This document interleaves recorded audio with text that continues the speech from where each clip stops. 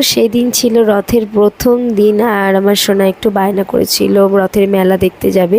যদিও সেটা যাওয়া হয়ে ওঠেনি। আমার ননদের বাড়িতে গেছিলাম, ওদের বাড়িতে পুজো ছিল, রথ উপলক্ষে পুজো এবং রথটা ঘোরানোর কথা ছিল। এটা একটা পাড়ার পুজো, যেটা অসাধারণ সুন্দর একটা রথ ছিল।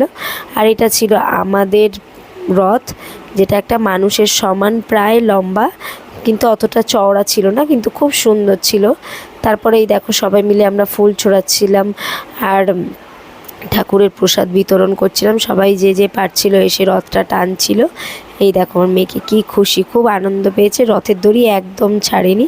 সেখান থেকে সোজা চলে যাচ্ছিলাম আমরা। খানিকটা রাস্তা যাওয়ার পরে আমার শরীরটা একটু খারাপ লাগছিল, আমি বাপের বাড়ি যাওয়ার কথা ছিল সেই দিনে আমার।